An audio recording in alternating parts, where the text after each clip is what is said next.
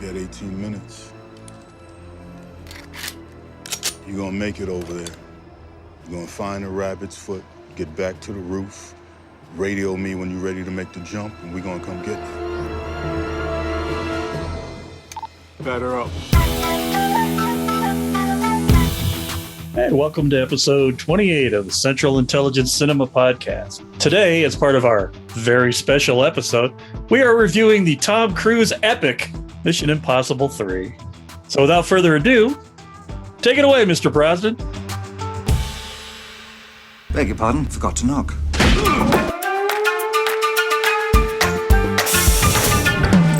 Welcome to the CIC, initiating security clearance. My name is Napoleon Solo. Bond. James Bond. Ethan Hunt. Felix Leiter. Ilya Kuryakyn. Identity confirmed. Now, pay attention, 007. Welcome to Central Intelligence Cinema, a podcast dedicated to spy movies and secret agent pop culture. Your mission, should you decide to accept it. Remember, nothing ever goes according to plan.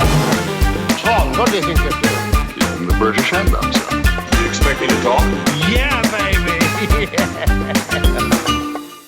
Recording from an undisclosed location somewhere in a swanky party at the Vatican?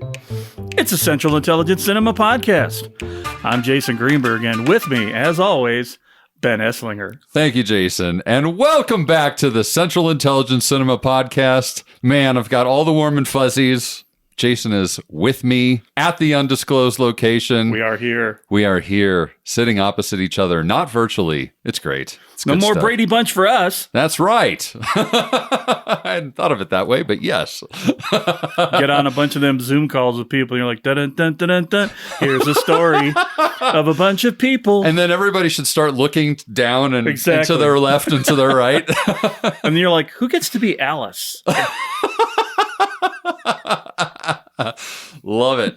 Love it, love it, love it. But yes, welcome back to the CIC. We got another humdinger for you. A humdinger. That's right.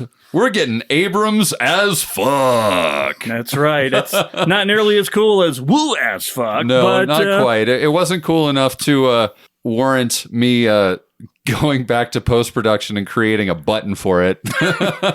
But you know what? This movie did feel Abrams as fuck. It very much did. It was probably Yes. the closest thing to a Spielberg spy movie I've ever seen in my life. That wasn't Munich. Yes, I know that was a spy movie, but nevertheless. Yes, but I will say that it was not Spielberg-y in the way that it was shot, but we'll get into that. Definitely.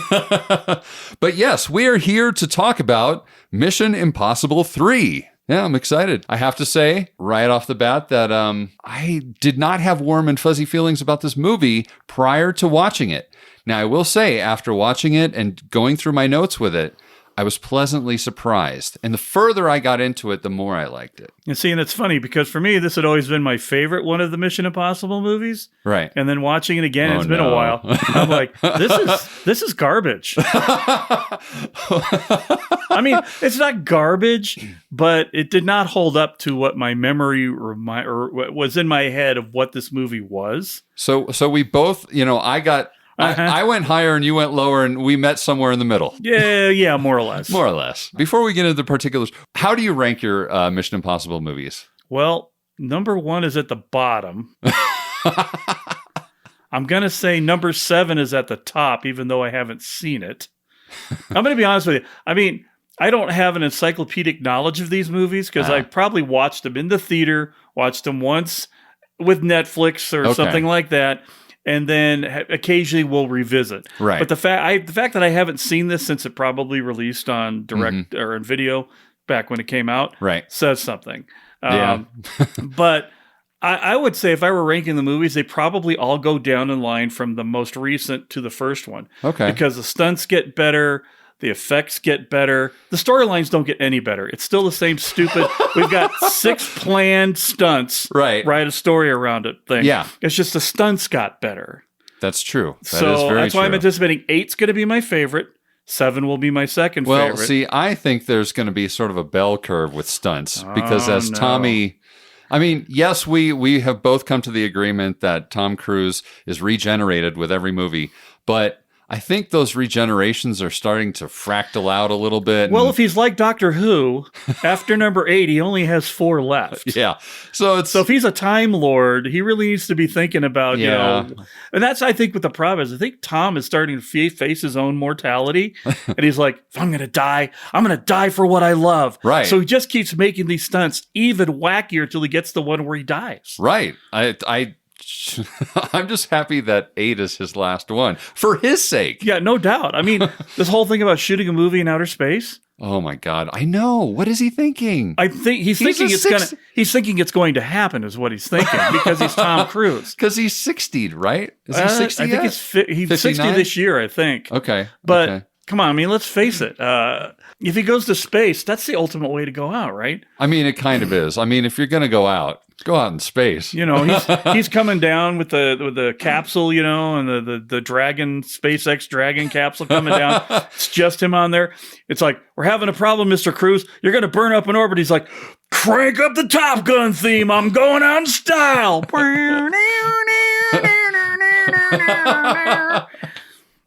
Yeah, pretty much. Well, if I had to, I must admit, I've over the past couple of years, I've really become more of a mission nerd, and especially in the past year for some reason. Maybe it's this podcast, I don't know. But I think if I had to rank mine, I think I would go number 1 for me is Ghost Protocol. That's my favorite. I think after that would probably be Fallout, then Rogue Nation, then probably 1, and then I would probably do 2, believe it or not, because 2 is so wacky that I kind of loved it for its wackiness. And then, unfortunately, I would have this movie that we're about to rank at the bottom of that because there's just something, it's not very cinematic to me, but we'll get into that. Yeah. You know, my biggest problem with this movie is the only parts I found compelling were the Tom Cruise, Michelle Monaghan, lovey-dovey parts, you know, where they were actually acting. Right. You know, you got this feeling that, and I mean, if Tom Cruise looks in your eyes like that, you're going to fall in love no matter what. I can't imagine it's hard to act that. But, you know, just the little vignettes that they were having together where they were exploring this relationship. I'm like, I wanted the movie to be that with like 2 stunts. This one just felt like we have to cram in everything we can. And I mean, it never slows down. It never does. It never slows down. It's just one set piece to the next set piece to the next set piece with the occasional mwah, mwah. Yeah.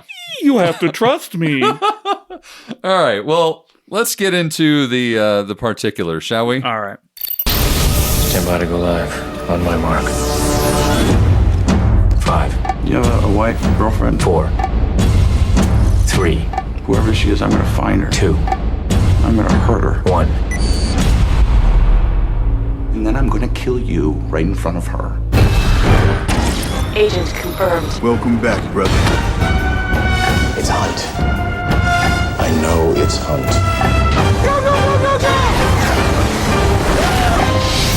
Okay, Mission Impossible 3, released in 2006, directed by J.J. Abrams of J.J. Abrams fame.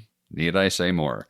At the time that he took this gig, he was only known for his TV work, specifically Lost and Alias, which the latter, Alias, Tom Cruise had been binging supposedly, and subsequently tapped Abrams to take over where Joe Carnahan had left off. And that sort of leads us into this thing. It is fascinating, the development of this movie, because it changed directors rather, 3 different times. It changed casts.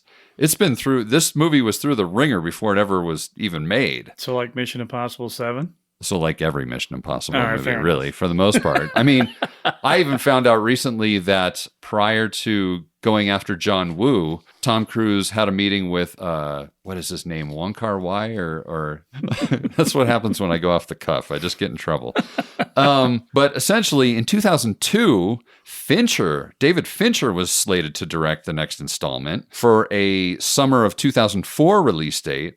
However, Fincher dropped out in favor of a different film, later citing creative differences, imagine that, over the direction of the series. And then replacing Fincher was director Joe Carnahan, who worked on developing the film for 15 months before leaving. That sucks. Under his involvement, the film was to feature Kenneth Branagh, playing a guy who was sort of based on Timothy McVeigh. Yikes. As well as Carrie-Anne Moss and Scarlett Johansson were going to be in other roles, as well as they were going to try and bring Tandy Newton back to reprise her role as Naya from Mission 2, but she declined. And then her role, Naya's role, was changed to a new character named Leah Quint, who would have been played by Carrie-Anne Moss. And was the granddaughter of Quint from Jaws, maybe? Have you ever looked into Tom Cruise's eyes? They're like a doll's eyes. Dead eyes. So, however, once J.J. Abrams took over directing the project, the character was scrapped.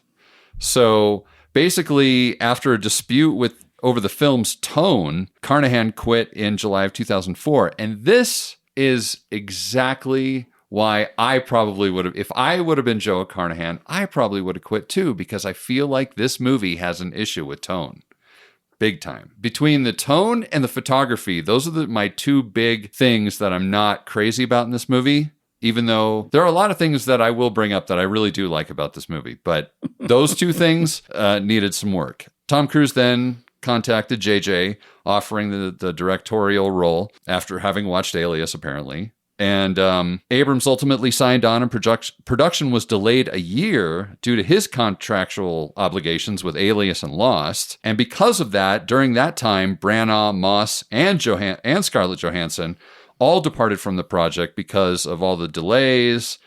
And finally, on June 8th, 2005, Paramount Pictures gave the film the green light after a new cast of actors was hired. Is it really new if you're bringing back Ving Rhames? I mean, you do have some. You do have a lot of new people. They were really the only recurrings. That's true. It's just Ving. It's Ving and Tom. Yeah. Tom and Ving. Tom and Ving. That's all you really need to make a Mission movie. Although I would argue at this point you need two others. But well, you definitely need your Simon Pegg. You need your Simon Pegg at this point. He was like the highlight of this entire movie to me. He was. He was the best part. He was the best part. Anyway, so they hired all the people that are in this movie now, and in addition to that, the film's budget was redeveloped, and Cruise took a major pay cut, which is sad considering this movie was the least successful of all the Mission movies. Yeah, but I have to wonder if this is where he started getting that pay-for-play deal that he's got, or the it could have been per dollar, and he probably lost out on this one. Well, and this is also right around the time that his little incident on Oprah happened, and his star value was starting to drop a bit because of some of shenanigans. The big couch short circuit. Boy, his programmers were real upset with that when that happened. Yeah. So all that was going on during this, which makes a lot of sense why this one, wasn't quite up to snuff. But really, the first three aren't up to snuff to against the latter three. So anyway, the actual writing credit on IMDb goes to Alex Kurtzman, who worked on Star Trek, Transformers 1 and 2, and the really, really bad Mummy movie with Tom Cruise. Yes, he did. Also, Roberto Orci, who worked on many of the same things as Kurtzman and J.J. Abrams. They're his constant collaborators. Yeah. Kurtzman, Orci, Abrams. Orci. My apologies to Mr. Orci. I think at least one of each of them was involved in Alias and Lost. Okay. And has been on just about any movie that JJ's done in some capacity. Right. As far as photography goes, the director of photography was Dan Mindell, who did Spy Game and Enemy of the State. It's funny. He's got some experience in shooting spy movies. And yet. But I do have I'm pretty sure that my biggest problem with this movie, as far as photography goes, is probably not because of Dan Mindell. I think it's because of JJ. Because JJ was just coming from TV. This was his first foray into film. So he shot it like how he knew how to shoot it, which is for TV, but that's a lot closer. It's tighter. And he sort of neglected the opportunities to make it more cinematic. Yeah. And for me, that's where I have a problem with this movie. If you go back and watch, like, half of the action scenes are so tight, are so close. There's no big shots until like the third act when you go to Shanghai. That's true. And then you finally start seeing some of those bigger shots. But for the most part, I feel like everything is shot like it's shot for TV, where he wants to see faces because that's what you want to see in TV. Yeah, absolutely. Because small people, you can't see them. Right. At least you couldn't back in 2005. Right, exactly. Yeah, I agree with you on that. But I also think that some of these set pieces they created kind of limited themselves to what you can do. That's true. In a wide environment. When you're shooting action scenes in a warehouse, yeah. when you're probably on a limited budget. You probably don't have the whole thing fleshed out to look exactly the way it needs to look. Well, plus you're working with a guy who's notorious for saying, "What if we did this instead?" in the middle of what they're doing. Yeah. And so how much of that is Tom Cruise driving JJ's bus for him when JJ's trying to take the wheel back? That's an excellent point as well. Cruise works with a lot of first-timey directors. So he can take the wheel. Okay. I'm just saying, what's his face? And it's very hard to deny Tom Cruise anything that he wants. Richard Marquand directed Return of the Jedi, and George Lucas, air quotes, produced the movie. Right. But George was on set every day. So you know who was really directing. Who was really directing. George just didn't want to be bothered with the nuts and bolts of it. Right. But it's my franchise. It's my movie. We're going to do it this way. Now go do what I said. So basically he was the first assistant director. Right. Well, it's interesting that you mentioned that George Lucas was producer on that movie, because on this movie, Tom Cruise did have a producer, like serious producer he credit. He had not an executive producer credit, but an actual producer credit, which means he's the star of the movie. He's on set every day, but he's clearly driving a lot of the ship. Yes. So the budget for the movie was $150 million, with Tom Cruise taking a significant pay cut, despite having producer credits. The movie made just under $400 million worldwide at the box office. Domestically, however, did pretty bad considering it's a Mission Impossible movie, at $133,500. That can't be right. That's what. Well, okay. Well, it did not make only $133,000 or $133 million. I'm sorry. Thank you. My bad. Sorry. You needed to add a couple zeros there. In your notes, I forgot. I did. There's a comma there, but there's no zero. If this movie had made $133,000, 500 over its entire release in the United States, there would not have been a Mission Impossible 4. My apologies. Tom Cruise would be that guy we were talking. Remember that guy? Tom Hey, Cruise? I just saw this commercial. I just saw this commercial for reverse mortgages with that guy from that Top Gun movie. You remember that? But I digress. So music, we had Michael Giacchino, I believe is how it's pronounced. I'll run with that. Okay. He's a frequent JJ collaborator, by the way. Okay. Well, that makes sense. He's done lots of Pixar and animated stuff. He did the music for Up, so he's got some chops. He also did the music for Rogue One, if I'm not mistaken. Oh, there you go. Yeah. And again, every JJ movie, I think, for the most part. Right. And I definitely think that it works for me in a lot of areas, especially the second and third act. But again, this movie has tonal issues. And the reason I bring that up here in the music is that the very first scene in this movie is so dark and so gloomy that to go from that into a very sparkly, shiny, kind of fun Mission Impossible theme, I felt was way off the mark. What were you going to do? You were going to do Mission Impossible in minor keys? I mean, that's the thing. I know. That's the curse of Mission Impossible. That's the curse of cold openings. In a world where movies have to have theme songs. That's true. But see, Bond figured out a way around that by just having different songs sort of kick off the theme of any individual movie. Yes, you've got the James Bond theme, but that's not what you hear after your cold open. That's true, but James Bond didn't start off as a TV show. That's true. So, that's true. You're kind of stuck with that in your Mission's head. kind of hamstrung. It really is a little bit. And I think, and that was one thing too, I've listened to some interviews with Christopher McQuarrie, where he talks about how other directors who have been interviewed for the job of mission director have literally asked, do we have to use the theme song? Oh, no. And that's like, the thing is directors that ask that question, they're out. Right. They're gone. You'll never see them. They'll never direct a mission movie if that's one of their questions to the producers. But I understand that question given how this movie starts. You know, I would have wanted to try to, I don't know, just have it reorchestrated, maybe start it slow, maybe even bring that theme in as the scene is going on, and then you can kick into the bigger parts of it after you get through the shock of this thing. Right. Or you abandon the whole cold opening. Although that is also part of the TV show. Yeah. So, but you abandon that. You start with the blittity, blop, blop, blop. Right. And then instead of just cutting to them being in this situation, you have an establishment that gets them into this situation. Right. Yeah. And that's not, again, JJ was shooting it like a gigantic TV show. Yeah. Right. Because what There else you did go. he know how to do? Right. Now, I got to say, the music on this, very subtle use of bongo drums. Thank you for that. It's the equivalent of a Bond trumpet, really. Right. Or a bass guitar, a couple of chords on a bass guitar. Yeah. Yeah. But you didn't feel like you were getting beat up with Mission Impossible all the way through. Absolutely. The funny thing was, there was some very Bondy sounding music when they're in the warehouse.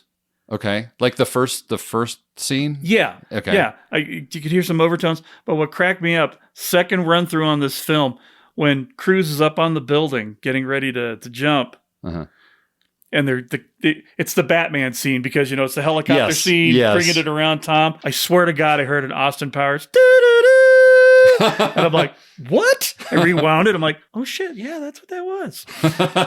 So, you know, Michael Giacchino bringing in a little bit of the extra spy stuff, but maybe not necessarily doing it to the point where it's detrimental to the film. Yeah. Much better use of the theme song than the last movie, for sure. Oh, yeah. Yeah, for Which sure. I know you had a problem with the music from number 2 anyway. Yeah. Because it was everywhere. Oh, yeah. It was yeah. Oh, it was so rock and roll, too. Yeah. Like, it was, you know, basically woo as fuck. Yes. And so, very woo as fuck indeed.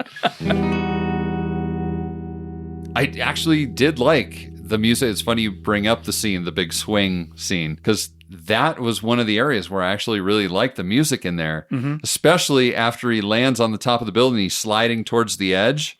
I was literally found myself like tense, and I'm pretty sure it was mainly the music that got me there. Oh, yeah. So, you know, the man knows how to do music. He does. You know, he does. I think he's very good at not only doing his own stuff, but I think he's very accomplished at taking other people's music styles, yes, and integrating them into something new. Right. You know, everybody knows what a John Williams soundtrack sounds like. It's very easy to throw in a piccolo here and a French horn there. Right. But to do it in a way that sounds like he wrote it, that's a mad skill. Yeah. And he kind of, I really appreciate people that can do that. And I feel like those are the people that succeed the most in mission films, where they don't put their fingerprint on it, but they do create something original, but it feels like it's mission. It feels signature mission without putting your signature all over it. Right. And Bond movies are the same way. Right. They live and die by how they can integrate what's come before it. Yes. You know, absolutely. if it's a complete homage,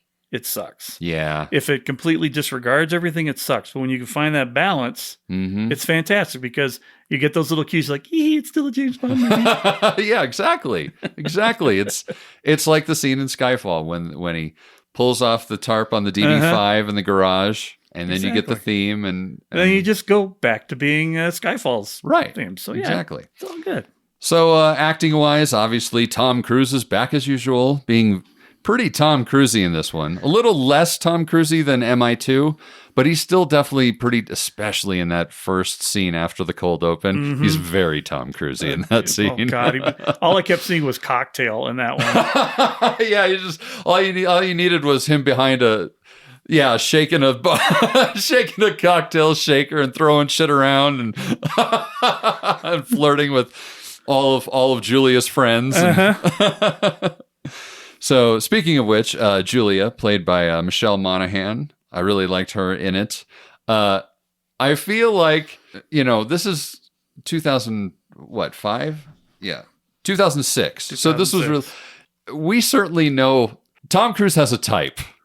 Yes. And Michelle Monaghan fits right into Tom Cruise's type. It sure seems like it. So, I mean, Michelle Monaghan was Katie Holmes before Katie Holmes was Katie Holmes.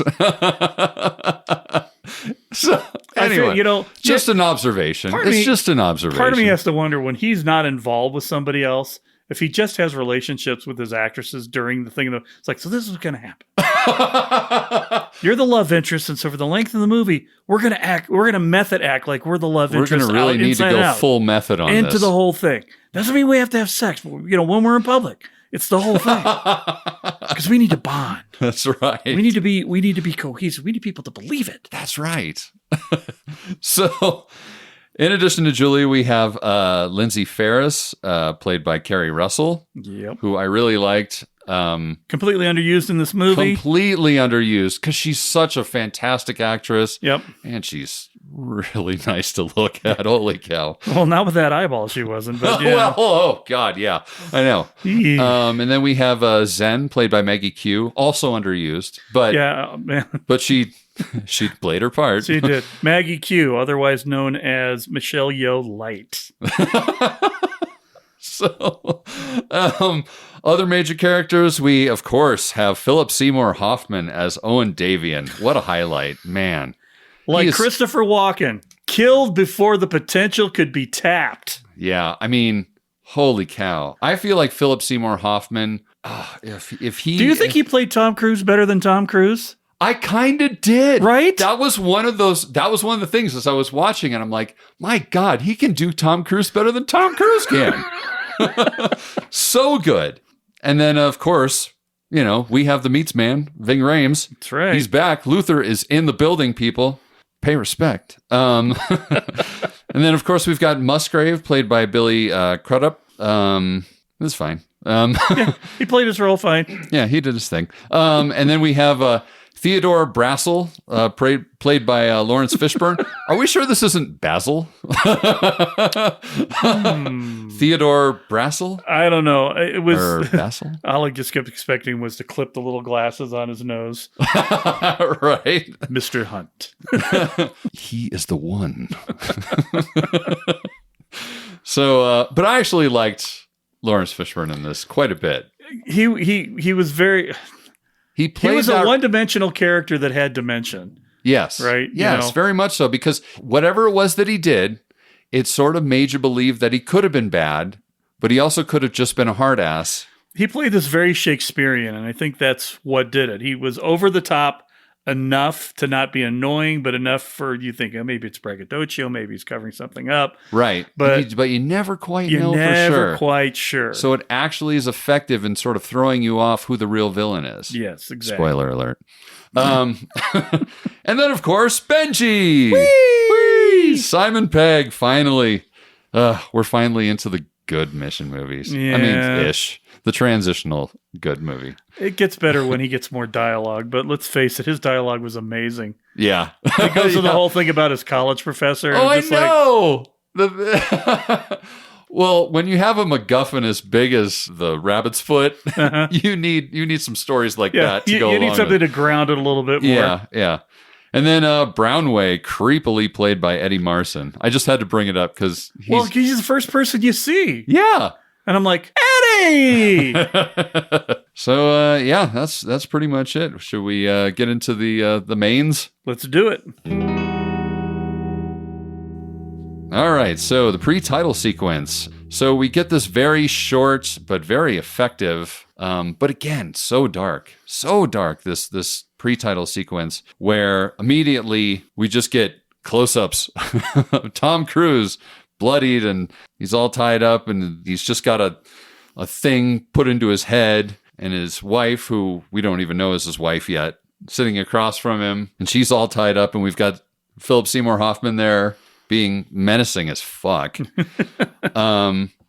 It's a very effective thing for him to be trying to convince Davian not to kill her, and it's done really well. I appreciate though that in the pre-title there's no music, that they play it dry. Yes. And so that really helps to sell how dead serious this is. Right. But god damn it, is it such a flip of a coin from the moment he shoots a woman in the head point blank to it's like, come on. There's just no way around it. It's just even the Edge couldn't have made a version of that song that would have fit where it was at. Honestly, I would have gotten rid of that little and I just would have gone into Dun, dun, dun, dun, dun, yep. and done it slower, just something. That's just, I mean, I know it's really easy to play, armchair quarterback, but just work with me here. Okay. Maybe you stop just short of him pulling the trigger. Maybe that's the thing. Maybe that would have helped keep it from being quite when he goes to 10. Yeah, and then cut to the music. You don't hear the shot. You just hear Tom Cruise go no, and then the music comes in, or just go 10.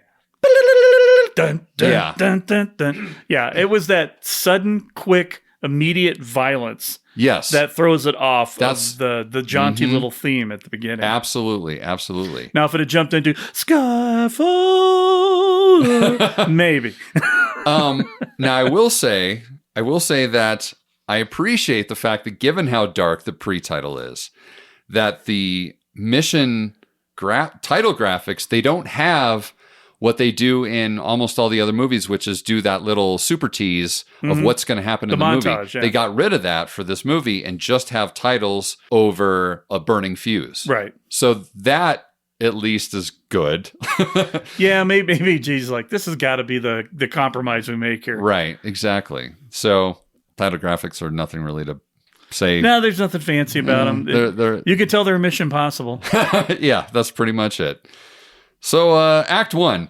So, I'm just going to tell you this. Now, I know you love this part of it. I hate this fucking scene. I hate it. It feels like an episode of Melrose Place or some shit. Or maybe, a Felicity. Yeah. Another J.J. Abrams joint. Mm-hmm. It's just too, like...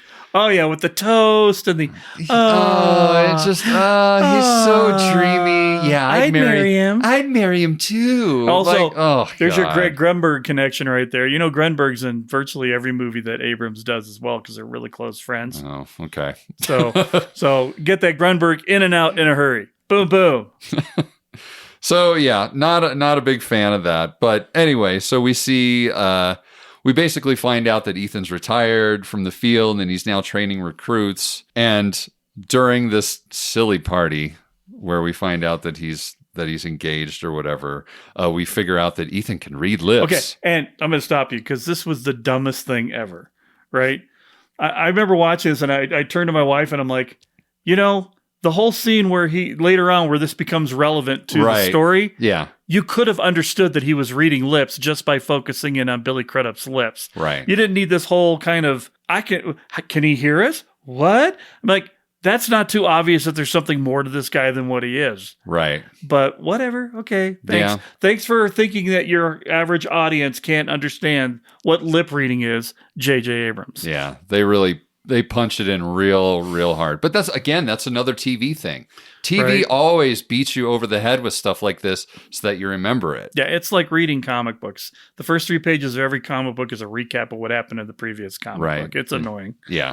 So, also, though, can you really read lips from like 20 feet away behind a pane of glass? Well, we are talking about Tom Cruise. That's true. He's got probably... what is above 20/20 vision, like 2010? He's got like 2010, 2005. Yeah, I think he's just like 2000. I think they classified him completely different than he's got eagle eyes. So he could see like a small animal from like 8 miles up or something. So then he gets the phone call, and of course, I gotta go to the store for some ice. Well, I love how you see that quick scene of him throwing the ice out in the backyard. So he goes to 7-Eleven to meet Musgrave. And how many times do you think Tom Cruise has been in a 7-Eleven in his life? Never. So this is like the first and only time Tom Cruise I bet it was such a fun 7-Eleven. novelty for him. He probably got all giddy about it. Yeah. I bet you if that 7-Eleven is still up and running wherever they filmed it, there's probably there's a plaque. There's like they where his feet were, they outlined him like they did in the moon missions when they come back on the ship. Yeah. Tom Cruise stood here looking at red vines. So Musgrave is sort of, talking, but not actually looking at Ethan because they're in different aisles, but they're sort of looking behind each other, facing each other. Right, they're back facing each other and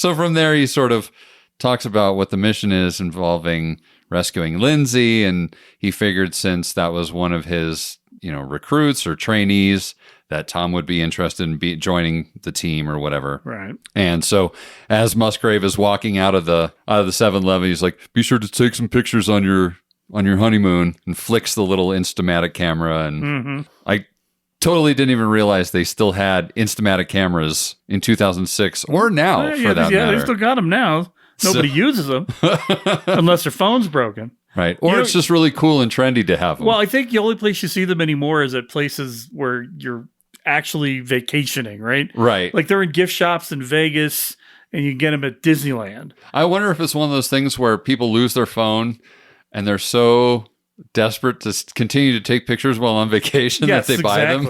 Exactly. Like, this is how we used to do it in the old days. We're going to go analog. And considering you can buy a flash drive now, like a 2 gig flash drive for probably less than an Instamatic. Like $15, you would think they would just put flash drives in disposable cameras. Right. Right. But no. No. Just keep it film. Keep it expensive. But just, make sure you got to take it down to the Walgreens.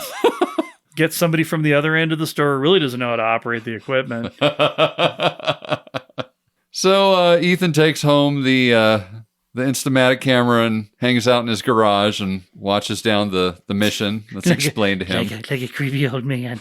It does look a little weird that he's like hiding in the garage while this huge engagement party's going on. Right. And nobody finds him. Because he's Ethan Hunt. Nobody's going to know where he's at. So the mission sort of lays out that normally they would just disavow Lindsay, but supposedly she could be the key to finding out more about Davian, who is this prominent dealer in the international black market. And because it's Lindsay, he has this dream about her, and he wakes up in the middle of the night, and and because it's somebody that he somehow feels responsible for, he decides to lie to his wife-to-be and join the mission. Oh, by the way, I got a thing I got to go to. Yeah. I have to go to a conference that just dropped on me all of a sudden, but I'm not going to give you an explanation why I have to go. Yeah. You're just going to do it. It's delivered in a PTS report. Because I'm Tom Cruise. Look at how pretty I am. Anyway.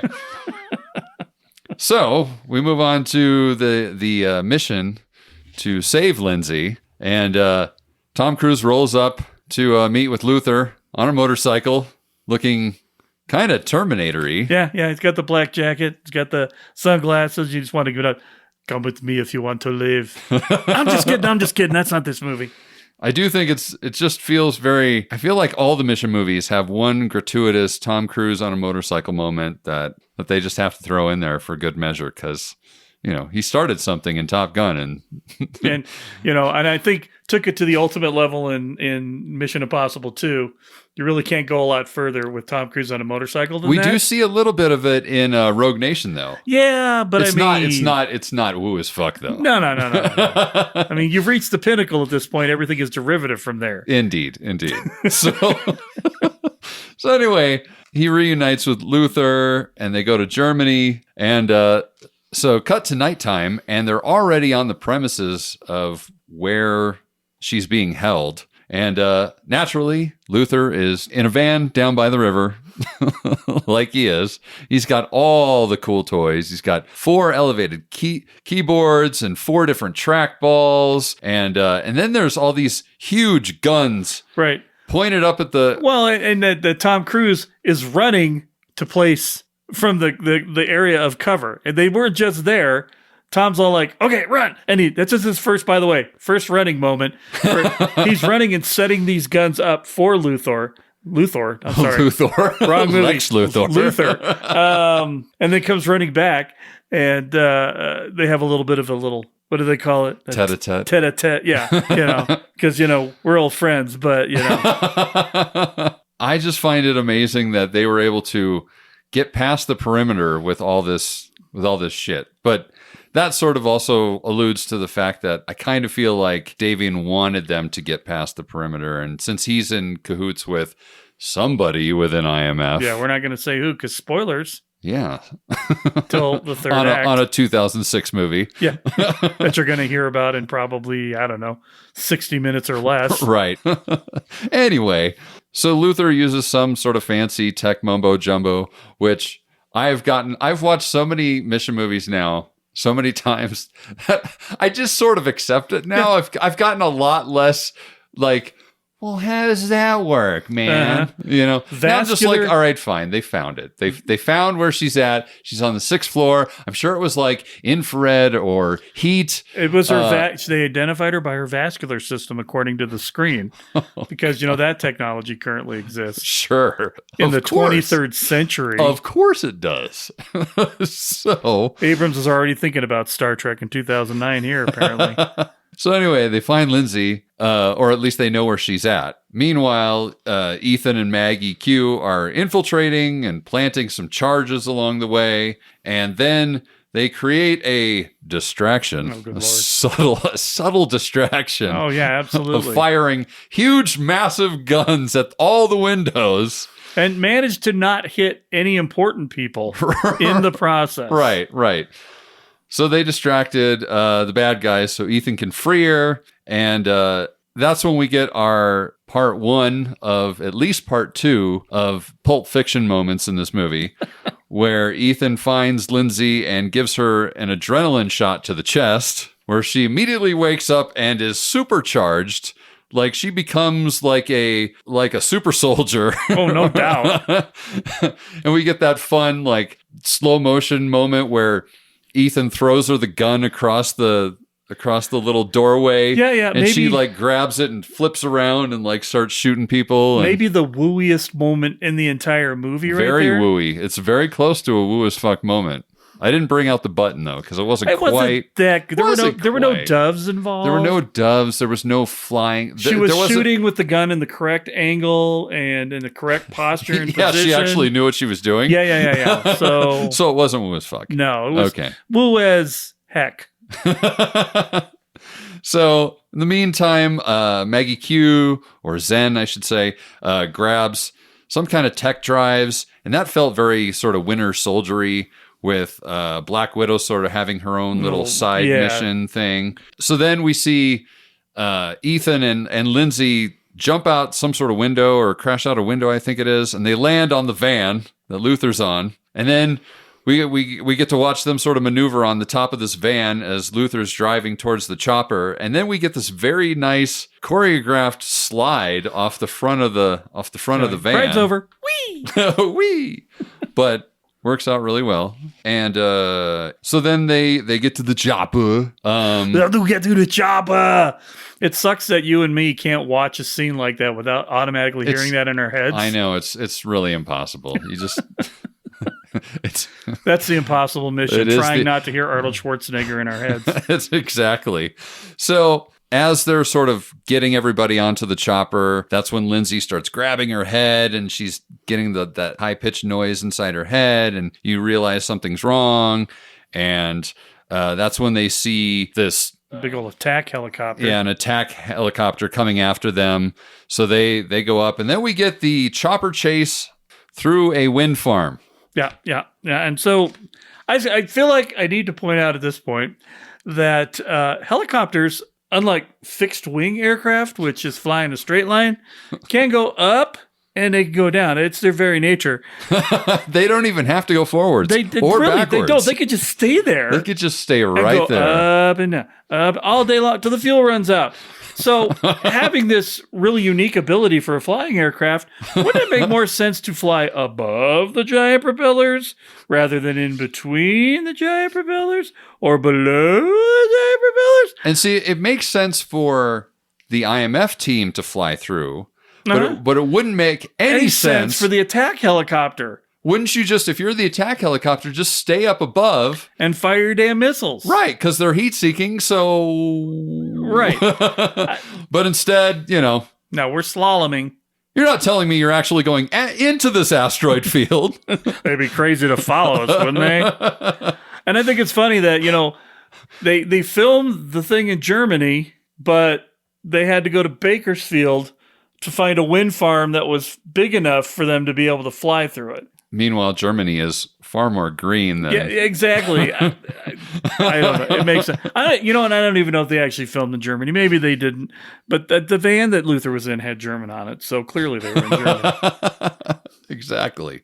So during all this, they're flying around, and Tom's using some sort of scanner, and he eventually figures out that there's some sort of explosive charge inside Lindsay's head. And so that's when he gets out a defibrillator to blow the charge or kind of use it like an EKG or something. Well, he's trying to put a shock through her system that'll disable the charge, and that will probably kill her. Well, it will kill her because he's going to hit her with a bunch of electricity, but then bring her back. Right. But what's really convenient about said defibrillator is that it takes 30 seconds to charge. So 30 seconds to... This is an emergency device used for someone who's in cardiac arrest. So obviously you have all the time in the world for this to charge up. We have all. I'm just going to say right now, listen, so any of our tens of listeners out there have any kind of medical experience, please tell me if you've ever heard of a portable defibrillator that takes 30 seconds to charge. I mean, I could just go upstairs and ask my wife because she's a nurse. So. There you go.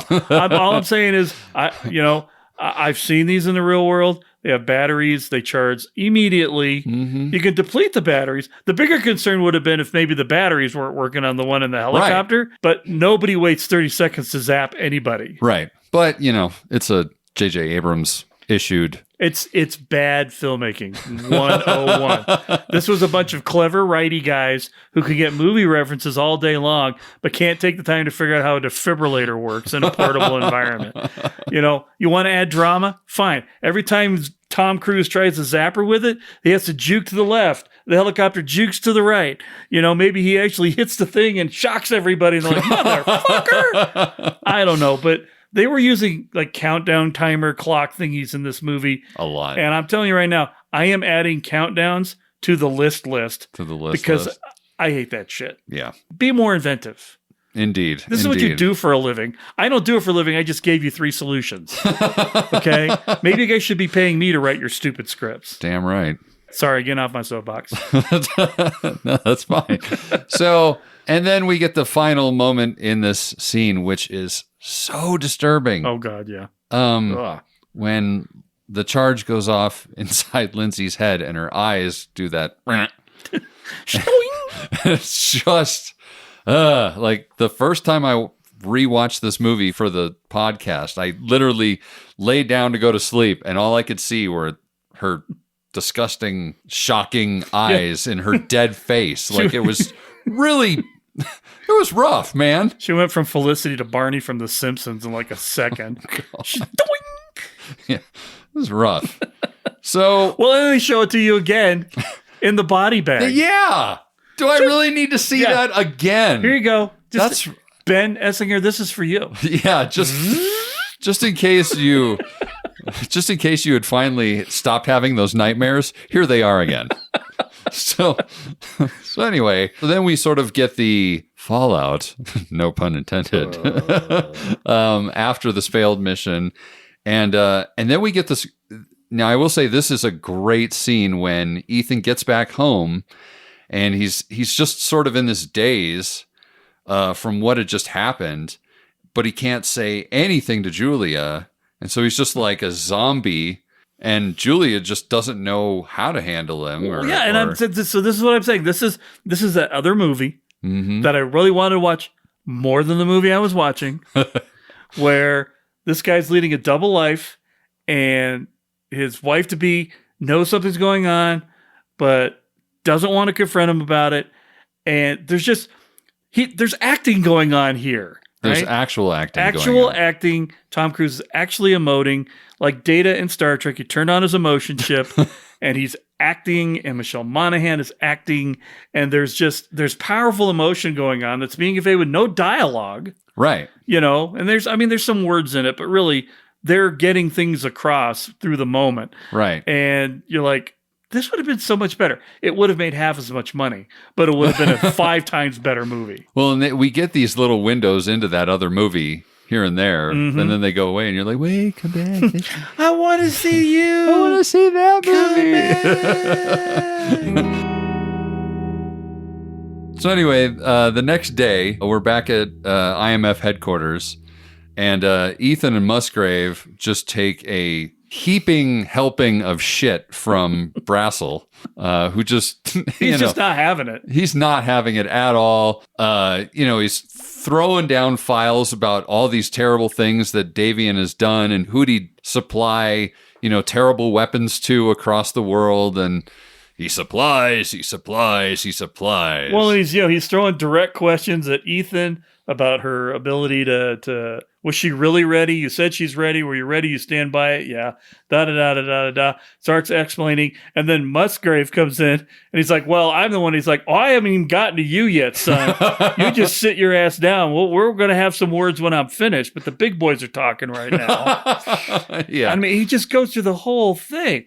The best line, I think, in this entire movie comes on a rebuke from Brassel, where he makes a comment, and before Musgrave can say anything, he says, Davian has gone like the Invisible Man. And by the way, Wells, not Ellison, in case you're thinking about being smart again. And I laugh as soon as I don't get it. And I'm like, well, it's a reference to, never the mind. Invisible Man. This is nerds writing for people like me. But it's an amazing line it's a throwaway line, but for me, it's the best thing that was said in the movie. So they get a heaping helping of shit, and then from there we see the funeral that sort of goes into this montage of seeing Ethan's history with Lindsay and how he trained her up, and sort of this friendship that they had, and sort of tried to show off her qualities and sort of try and give it some gravity. Give it some gravity. Yeah. So from there, Ethan just happens to get this phone call from IMF saying that he's got mail. You've got mail. That wasn't from IMF, though. What was it from? It was from a mailboxes, etc. Oh, okay. That would actually make more sense than say, yeah, okay. So then he goes to his little private post office box or whatever, and he pulls out and he gets this postcard that is from Lindsay, and there's nothing on the postcard, but of course under the stamp there's a little micro dot. A micro dot. That might be added to the list. Add that to the list. And then we get this fun little conversation between Ethan and Luther about the microdot, where Luther's like, well, there's nothing on it. I just looked at it. And Ethan's like, well, can't you look at it? He's like, you can only look so close on it. And he's like, the only other thing it could be is magnetic if she's old school about it. So also, the other thing about this scene too, which I really appreciate, is Luther keeps it 100 with Ethan all the time. You sure you weren't sleeping with your little sister? Yeah, that line was... Yeah. And then Cruz turns around like... Yeah. So that was a nice little exchange there too, where Luther's like, you sure this wasn't more than just your pupil? Well, yeah, but there's that whole undercurrent of him like, why are you getting married? You're making a mistake. Yeah, and they pound you over the head with that to build up to what eventually happens. Right. But I mean, it's right in line with what he's saying, right. You got this amount of time. You sure you wouldn't get a little something on the side already? Because if you are you sure you need to be doing this kind of thing? Right. But, Ethan shuts him down with a steely-eyed Cruz look. Right, exactly. So then we see Benji. Woohoo! Yay! So we finally get Benji back, or for the first time. So there we see that Benji finds on the laptop drives that he uncovers, I think he says like a couple hundred emails or something like that. And he's like, stuff that's very promotion worthy, by the way. And it sort of discovers that Davian is going to be at the Vatican for some sort of shindig where he's going to pick up the information about the location of the rabbit's foot that we still don't know anything about, that we never find anything about. We really don't. There's no payoff. Yeah. So, but that's also when we get the fun moment from Simon Pegg about his college professor, talking about the God killer? The anti-God. The anti-God. It was like an accelerated mutator, sort of, like an unstoppable force of destructive power that would just lay waste to everything, to buildings and parks and streets and children and ice cream parlors, So whenever I see like a rogue organization willing to spend this amount of money on a mystery tech, I always assume it's the anti-God. And I just love how captivated Ethan and Luther are as he's telling this story, like, and then quickly backs away from it. It could totally speculation on my part. I don't really know. I mean, it's just something I like to think sometimes. I always think it's the anti-god. Yeah. So, anyway. Yeah, it was the most Simon Pegg moment in the entire movie right there. Yeah. I can give this amazing speech that you just enthrall by listening to, and then toss it away with a very small joke at the end and move back to being whoever I was. Right, exactly.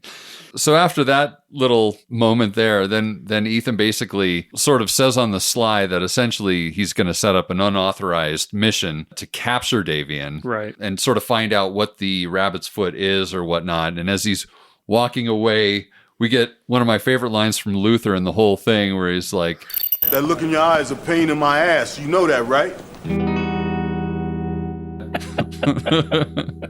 just excellent chemistry. So then cut to the hospital where Ethan shows up, and once again we get the other movie where where he's feeling like crap because he has to lie to her again and say he's going away on business again. Yeah, she's not really buying it this time. No, and they have this little kind of quiet moment somewhere, probably a supply closet. Or no, they're on the roof. That's right. They're on the roof. I remember now. They're on the roof because there's a wide of it. It's one of the few wides in the whole movie. So, and he's just sort of gritting his teeth, and because he can't say anything to her. Now, I will say that if we did see this other movie, I think that would be one of the crutches of the other movie would be he can say so little to her that, like, where would they go with that movie since he can hardly say anything to her anyway? So, but anyway, I digress. He just sort of says, I need you to trust me. And as a way of sort of getting her to trust him, they get married right there at the hospital. Right there in the hospital. Let's get the chaplain and get this ball rolling. That's right. And then they consummate in the supply closet. That's right. But, like every good episode of Grey's Anatomy. Exactly. And Tom Cruise, definitely a caring and sensitive lover, starts pulling some padded gauze or something out of the thing to lay out on whatever table they're going to. Some of those tables have consummate sharp the marriage. edges. Exactly. Things, He's so thoughtful. So anyway, that pretty much, now that we know he's going on a mission and he's married on this mission, we get into Act 2. Or will we? Dun dun. We decided here at the podcast we're going to try something a little different for all of our listeners. We know that our podcasts get a little wordy sometimes. Little lengthy, verbose. A little verbose. I mean, we are two middle-aged guys who like the sounds of our own voices. So indeed, we tend to get a little overindulgent, perhaps. Right. We decided maybe that was a little unfair to you, the listeners, our tens of listeners out there. And so we've decided we're going to split this particular review of Mission Impossible 3 into two parts. Some might say more palatable parts. Some might say parts that are easier to swallow. A little bit more digestible, goes down smooth, doesn't hurt the acid reflux quite so much. All those things. So if you want to find out what the exciting conclusion is to Mission Impossible 3, you're going to have to tune into our very next episode. But Jason, how are we going to know what happens? Is Ethan going to join the clergy while he's in the Vatican? I have no idea. Is Benji going to have to go out in the field earlier than anybody expected? Oh, no! Did Ethan get the geometry right to make the big swing in China? Who knows? I mean, did Luther actually bring the meats this time? God, I hope so. Me too, because it ain't no fun without the meats. But you'll just have to tune in next week, because it's all on an encrypted drive and a hospital vending machine for now. Hospital vending machine? I think you're thinking of a different movie. I might be. I could very well be. But for now, we humbly ask you that if you like what you're hearing, be sure to do the whole like, subscribe, and give Central Intelligence Cinema a glowing, effervescent. Glowing is key. Effervescent, glowing 5-star review wherever you get your podcasts from. And hey, while you're out there, don't you throw in the stars, throw in the review as well. Tell everybody what you like about us. That would be amazing. It would be totally amazing. Then we could get more people like you and us and really make it the community that we're trying to get going here. Indeed, indeed. And if you do have a question, request, comment, over email, we have cicdeaddrop@gmail.com. Over Instagram, you can connect with us at Central Intelligence Cinema, separated by underscores, or over on the Twitters. My DMs are open. Well, hello. So feel free to connect on Twitter at CIC SpyPod. So please come say hi. But yeah, exciting times next week with part 2. But with that, I'm Ben. And I'm Jason. And the CIC will return with more missions, more martinis, and more mayhem.